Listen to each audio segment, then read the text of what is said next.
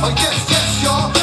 Yes, y'all. I'm old school, but I keep it funky fresh, y'all. And this is deep, y'all. I'm from the deep, y'all. And what you get is what you motherfucking see.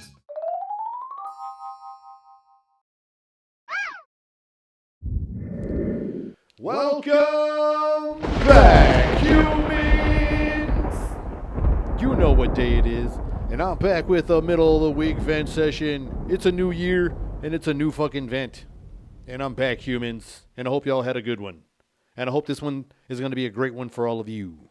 And with that said, I'm ready for some vents. My name is Jaime, and let's get on with some vents. Shall we?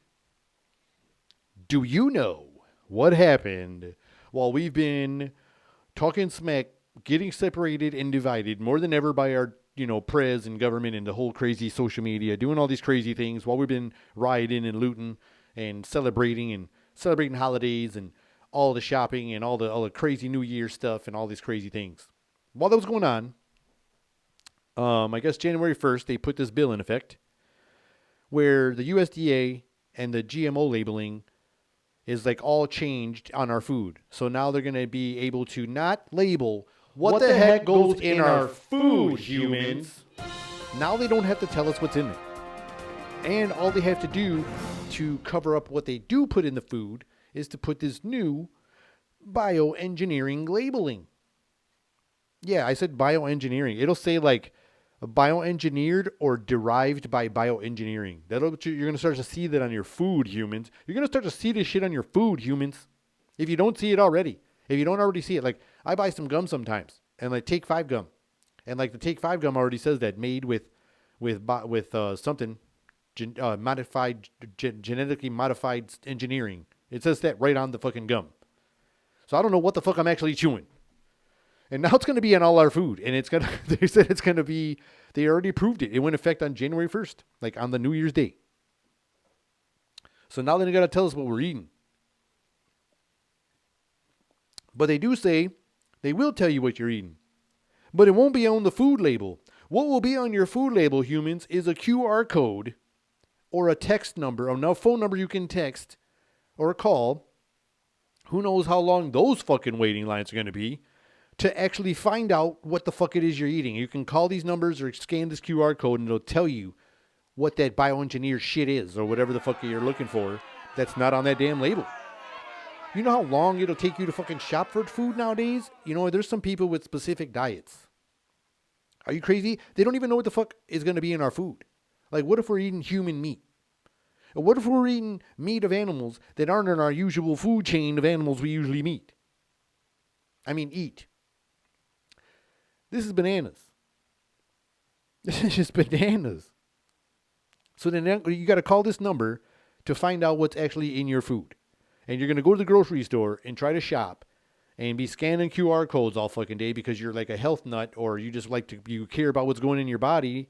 And, like myself, I don't know. I'm not a health nut, but I still care to pay attention to what's going in me. You know what I'm saying? And they don't have to put what's in there. Like, I'm not going to, and there's going to be like a lot of people like myself that ain't going to sit there and scan and QR code and text these numbers all day while I'm shopping. Because I'll have to call this number. I'll be on waiting, on hold for like fucking who knows, because everybody in the grocery stores probably wants the same thing. And they want to know what the hell it is. And then I'm going to grab the next product and be like, what's this? I'm going to have like 3-way calling just on 3 items. I'm going to be sitting in the grocery store or in the parking lot with my grocery list and see what the hell's in my food that I want. This is weird. This is weird. I don't know what you think, humans, but this is like our food. I don't want them messing with our food like this. Like I said, you don't know what the hell you're eating. And then there's like rumors of saying, like, you heard these rumors back in the day, like, remember them shows like those preppers? They called them preppers or doomsday preppers and stuff like that, or like a conspiracy person or a conspiracy theorist. When, like, nowadays, if you're like, you want to find out the truth, or if you find out you're a truth seeker, you're a conspiracy theorist. And now if you're concerned about some things and you see empty shelves in stores and you're seeing Burger King starting to pull out meat that ain't real meat, and it's kind of weird. It's kind of a weird feeling, you know what I mean? Maybe those preppers were onto something. Those people were onto something all those humans when they were, storing and showing you how to store food and, all that kind of stuff. Maybe they were onto something, man. And maybe maybe they were prepping a little too early or something, or maybe not. Maybe now they can even advance their more stockpiles and stuff of rations. You never know, man. You just never know. It's kind of interesting when you hear these rumors and that they want to. You already heard them like growing meat. I spoke on a previous episode. I don't even remember 20 ago or something, and they're like growing meat. So they culturize meat. There's a restaurant, supposedly a high-end restaurant that supposedly, I don't know if it really does, but it says it in this magazine article and there's people that reportedly eat there. I don't know. They supposedly sell human meat there, like gourmet human meat. Yes, humans. Satanism is real. But you didn't hear that from me. No, I'm just kidding. But it's really wild what's going on here. So you're going to start to see these weird labels on your food. And I'm concerned about people with special diets, like special needs diets. Let's say you have, before we get into like allergies and stuff like that alone, let's say you got health issues. You have bad cholesterol or you have a bad cholesterol, things like that. And you got to like watch your food the way you eat. You're on a calorie intake. You are on a special diet, and you got to watch everything you eat as far as what's going in your body. And then let's say you got those food allergies. Say you got a nut allergy or, a dye allergy, color dye allergies from the color dyes in food and products and all kinds of products. Some shampoos even have color dyes that people are allergic to. But now in these food products, you're not going to have specifics on some of the things that you're, consuming or putting into your body.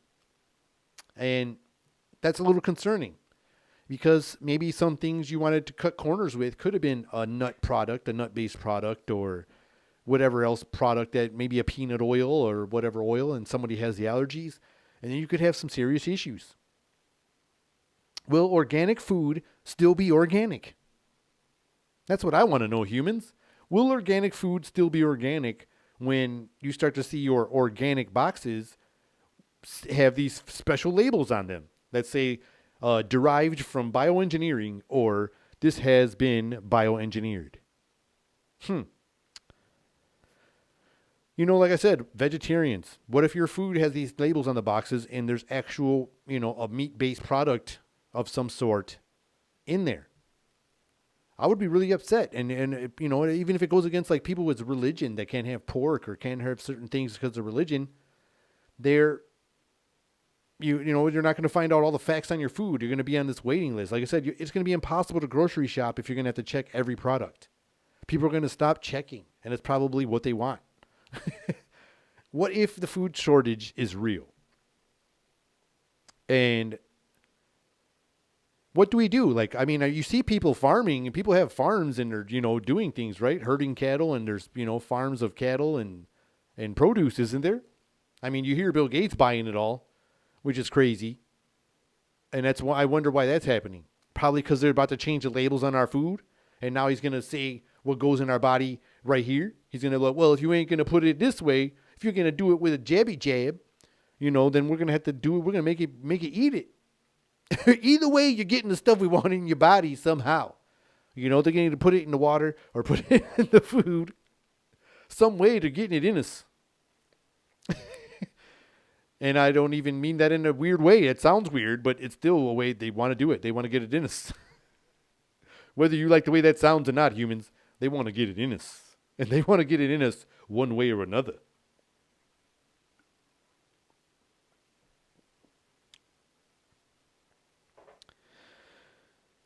Man, like I said, this is going to be interesting. This is going to be a real interesting thing here. And like I said, those are just a what-if scenario if there really is a shortage, because now they're trying to grow food, like grow meats and buying all the farms up for some reason. And then now, like some of the vegetables, some farmers claim some of the vegetables they buy for their produce now in their crops for the year, whatever, for the season.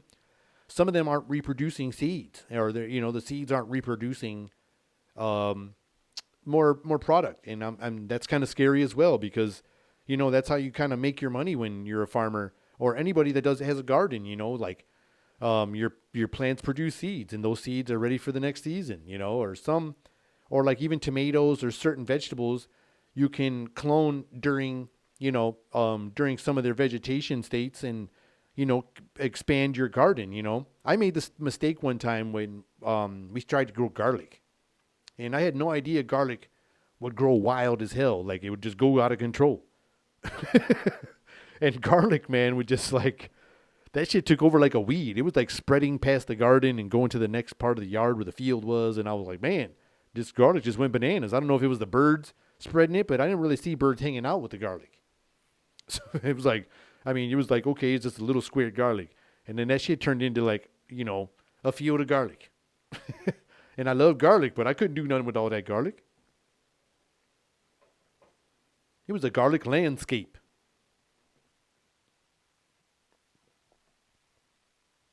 But this really concerns me, humans. I really am concerned about what the things we put in our food.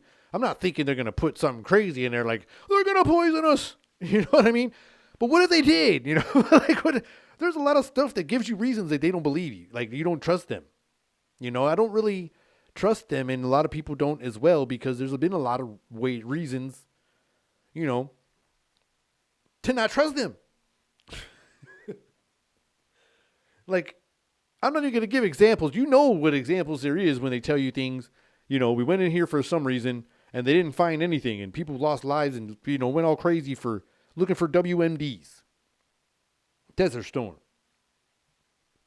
It was no WMDs, but people went over there and fucking did a war.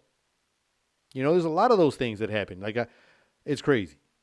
I'm not going like, oh, just because of that. There's like a lot of other scenarios, but just because I'm okay. A lot of people have been talking about the JFK assassination lately. The assassination of JFK. There's like a book out. I don't know. And there's like all kinds of theories and all these things like that. I don't really know. I just find it strange that everything has been like if something like this really happened to a president, why would you have to classify files? Because there was attempts on other presidents, but those were never classified. They were right out in the open. Is it because they were failed attempts? Like, had it succeeded, would that have been classified documentation? If the Reagan attempts have been successful? Or other attempts on other prez? So it's interesting that they would cover this up, and just now, within the last couple of years, they let out more documents, or they're going to release documents. And that's another reason I feel like is like another reason not to trust them, because, if they waited this long to let out documents, it's like, wow, really, man? Like, you're going to let us know now, like, we're just not going to be as mad if we find out the truth? There's just a lot of questions there. Like, why hold information like that for so damn long if you weren't trying to maybe say, or maybe not say something, cover something up? Who knows? It's really interesting that they would hold something like that for this long and then let out some documents. And I'm sure the documents they let out are trash. They're probably like, oh, he went out for breakfast this morning, and then this day was lovely. And then here comes the parade, and then that's where the documents end. And, it's probably something that climactic, or whatever, however you would say that. But anyways, humans, I'm going to switch it up a little bit. I got a little bit of event, maybe, I guess you could call it a sports event, but it's like a topic about an athlete. I'm sure you all seen in the news when Antonio Brown of the Tampa Bay Buccaneers, he would apparently look like he quit on the team, or quit the team, or was fired like on the field, and decided to, take off his jersey, throw it on the field sideline, run across the field, wave bye to fans, and just run off to the locker room, almost like off into the sunset. And then people were like, wow, is that the last we're going to see of Antonio Brown? Like, what? Like that? But a lot of people were all tripping, There could be a lot more to the story. I'm a fan of his. He's been through a lot of teams, had a couple little issues with other teams, some other, outbursts and things like that, which everybody has seen if you're a sports fan like myself. But there could be something more into the story. Because like a week before, he was in an interview and he was talking about some things kind of like what almost, played out on the field here in this scenario. It was like almost like setting it up perfectly. So he was saying some things in the media like, the media can turn things, or people can turn things, or make drama in your life, or try to, make things a certain way. And I'm not trying to like go word for word. I'm just kind of giving an example. He was saying things like the way the media can be against the person a certain way and then for them another time, and basically just, flip-flopping on somebody. If they don't like you, they can destroy you, and they always can't wait to talk about your drama. And, there's some things going on off the field and on the field that people don't really know about. There's some personal lives. People only see what you see on the field and what you see on their social media, but, there's probably a lot more to their personal life than just those photos you see or little video clips you see, because those gentlemen make a lot of money to do their job and, perform on a, weekly basis, for our entertainment, right? And they beat themselves up for it, and I appreciate it, because I love football, I love the NFL. But there could be more to this story. Like I said, we don't know what's going on. He could have some personal things going on, and this kind of probably could have, set it over the edge. And, Tom Brady spoke out, and you heard him say some things about, I want to help him. And so maybe people know about, maybe he had some mental things going on, maybe some problems going on personally. And I'm not saying like from like head injuries or anything like that. Maybe he just had some shit going on, a lot on his mind, Maybe he feels like his career's going towards the end and he probably don't want to because his mind's still like superstar. I'm faster than everybody. And maybe his body's like, maybe we're slowing down a little bit, maybe we got to throw in the cleats. Maybe he's just having trouble going through that phase, Who knows? And then he sees his quarterback, doing what he does at his age. And he's probably like, man, this is probably, tough on a guy that in those positions. But you never know. Like I said, there could be a lot of more stories. You hear like crazy things that way players are treated sometimes. And then you heard the rumor story about him saying he was injured and they wanted him on the field and he didn't think he could go. And they wanted him out there. And I think they said something like that kind of started the whole thing or whatever. And I'm not sure. Like I said, I'm just saying what I heard from, other people playing clips and things like that.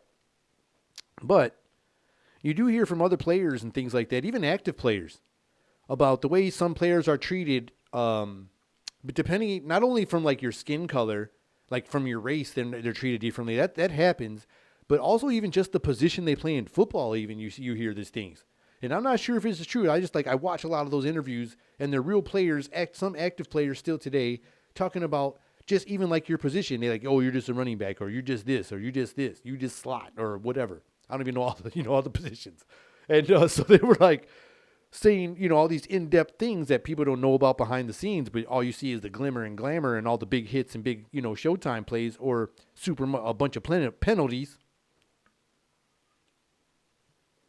So it's kind of wild. But you never know. Like I said, there could be a lot of things going on. He could have some mental, some personal things going on. And this kind of pushed it over just a little too much. And a lot of athletes have a lot of mental things going on because sometimes they get pushed in at a young age or something like that, and they can't handle like the big lights. And sometimes the big lights or the big show, whatever sport it is, it don't matter what sport it is. Sometimes people can't handle it, and it's very, very visibly noticeable. Like let's say, for instance, a player that's active right now in the NBA, Ben Simmons. He's on the Philadelphia 76ers, first-round draft pick 2016, first pick of the NBA draft. Had all these high hopes. The man was lighting it up in college. Came to the NBA, and then, like, something weird happened. Like, he just hit this weird, like, mental blockage. And I think it's mental. I don't think it's anything else. I don't think it's because of his skill level. Like, the kid can ball. He's a multi-talented player, but something happened with his shooting. Like, remember that Bill Durham movie? When my man did the lingerie thing or whatever, how he needs something to, like, keep him focused because he's like, he even told, like, I don't know if it was his management or the coaching, I don't know which one, but he told them he feels like he can't meet up to those first round draft pick expectations. And it's like messing with him. So he's a player that probably couldn't handle the big lights. Maybe he's not ready. Or maybe he just wants to play and just kind of be in the background. He wasn't expecting to be this first round draft pick. And so, I don't know. Like I said, some people just can't handle those lights.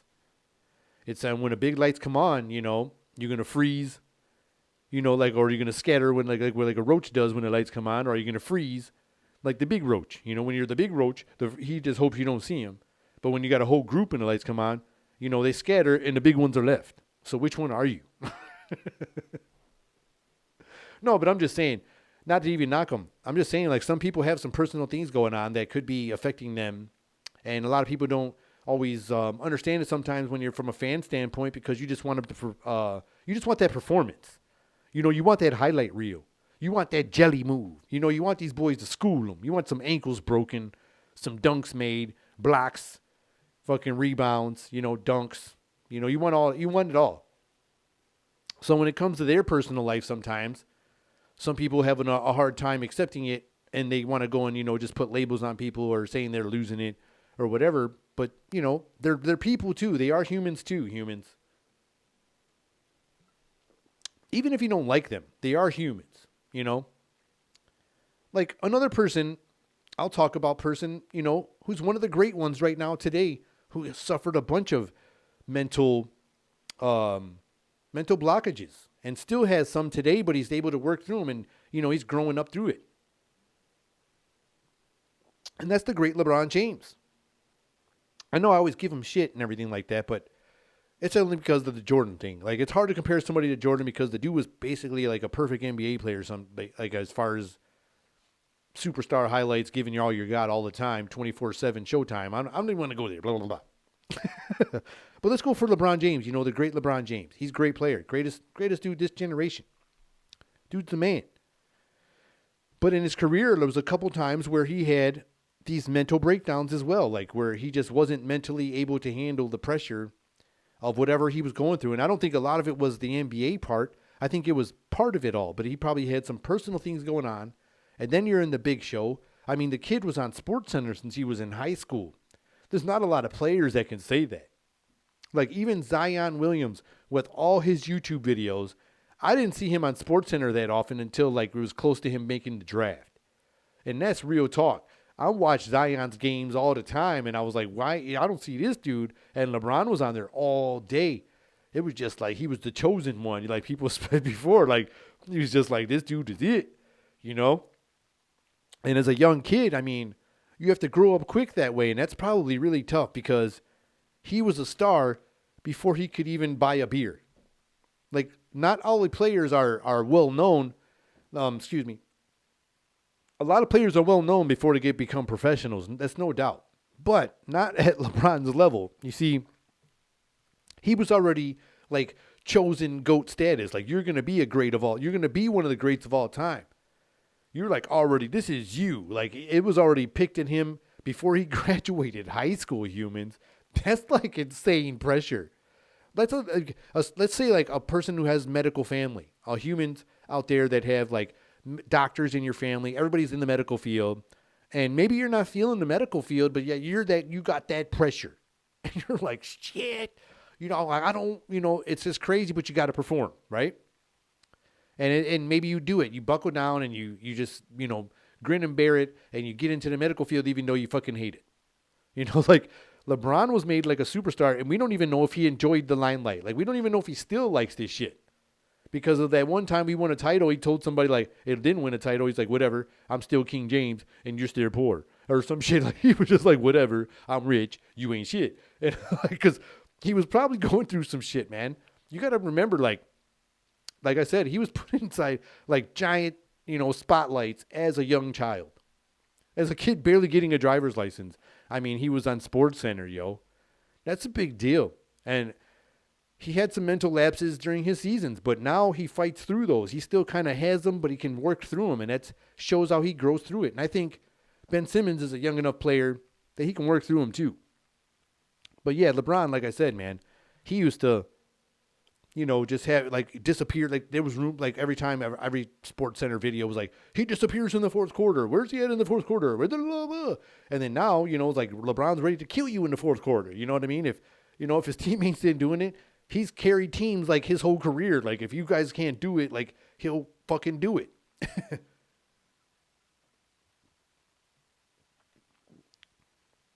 That's where I like him. He's so, like, physically dominant. And I guess it's like me being greedy or whatever that I want him to do it all the time. Because I think he's capable of it, but maybe, you know, some people think different ways nowadays. Like, nowadays it's different. Like, people think of longevity, you know, more than I'm just going to, you know, shine for tonight or, you know, beat my body down and, maybe have some long-term injuries back then, and it's kind of, it's tough being a fan because you want them guys to go all out. I grew up watching Jordan, those guys just went all out all the time. It was like, even on Jordan's off days, like my man would still do crazy ass fucking posters and highlights on somebody, maybe he only got 35 or 32 points that game. You know what I mean? And he would still just do something crazy in that game. You saw something from him. And, so maybe that's me just being like my greedy self, So who knows? Like I said, it's a tough game, and there's a lot of things like you can't just, go to say somebody's given up or go to say some things like that. You just can't jump to that conclusion first because you don't really know the backstory of humans. They are humans as well, other than performers. You got to give them that. They are fucking humans, and some people can't handle all that big lights and big show. And that's why I admire, watching and being grateful that I got to see Jordan live growing up. I was born in Chicago, came to Detroit. It was tough switching over to a Piston fan when I was watching the Bad Boys. It was crazy because I moved to Detroit. I was still like all day Bulls and Bears, right? And then the Pistons fucking Bad Boys won me over. I was like, these are some bad motherfuckers. There's beating fucking physicality going down. Won back-to-back championships. And then Jordan was like, you're done. So Jordan came through and just took over the shit. And I'm over here back to a Piston fan, got Piston coats now and all my shit, and still had my Jordan gear kind of tucked in. And I was like, man, I got to pull that stuff out, don't I? I was like, but I can't do it, can I? You know what? I had to. I respect that man. That dude had his whole career from his ups and downs, like in front of the media. And I think that's why his fans, I don't know if it would have been the same with the social media, like around the time when Jordan was out there. It would have been wild because of, when his father was murdered. Like his dad was murdered after a championship. And some say there was mob ties to that with his gambling habits. And you don't know about that. I don't want to say about that, but there is like rumored to have ties to that shit. And then he wins the title on Father's Day right after that. It's just weird stuff that happened. But that dude could handle the lights. Then you got people like in the boxing realm, like Floyd Mayweather. That dude can handle the lights. Many champions out in the boxing realm can handle those lights. Many fighters. And then some people, the lights is just too much. So that's why I think we don't just have to go and just, be ready to, go down on a player and not go down on a player. That was really bad worded. But I mean, come down on a player, just because of what you see out on the TV. Because there could be a lot of stuff going on in the background. You hear there was some active NFL players that were saying, one of the guys who plays for the LA Rams was saying that NFL games were fixed. Jalen Ramsey, who plays for the LA Rams, you guys can look this up. He was in a radio interview and says the games were fixed. Like they had to give a game up to the Patriots because their coach told them that in the fourth quarter because that's who the media said was going to be higher rating. Can you believe something like that? Jalen Ramsey said the whole team was crushed in the locker room. They were like, oh my God, are you fucking serious? And they had to give the game to the Patriots. Don't know if it's true, but he says this on this radio show. You guys can hear him say this on the video. It's very interesting. Another player who played in Tampa says the same thing. Says that games are pre-chosen. And then you hear players being treated differently. And then he says on this radio interview, he goes, why do you think Matthew Stafford got traded to a contender and Calvin Johnson and Barry Sanders retired in their prime and had to give money back? He goes, this system is fixed. Like these guys aren't treated the same. And then you got Brady. You're going to say he's going to play till 50 and he's going to break all these records because some people say he's the great white hype. Right? My man's a good-ass quarterback. But if the games are fixed, how good really is he, man? Like, is this WWE, but in the football league? When McMahon made his football league, how those games were chosen the same way. Was he trying to show you guys and give you guys a message? I'm not sure, but those were two NFL players that were active on these radio shows saying these games was fixed, man, and it's wild. So, and then you got the big lights. Like I said, some players can't handle the big lights. It's really interesting to wonder if that stuff comes out to be true. If that stuff comes out to be true, man, it's like I done wasted a lot of my time on something that wasn't real. Wow. Very entertaining, but that shit wasn't real. I would be pissed, humans. I would be pissed.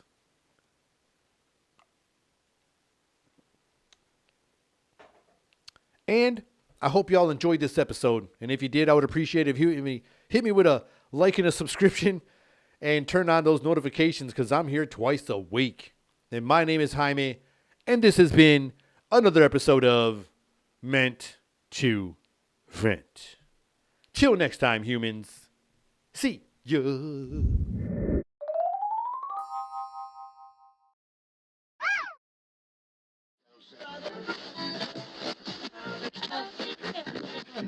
Yes, yes.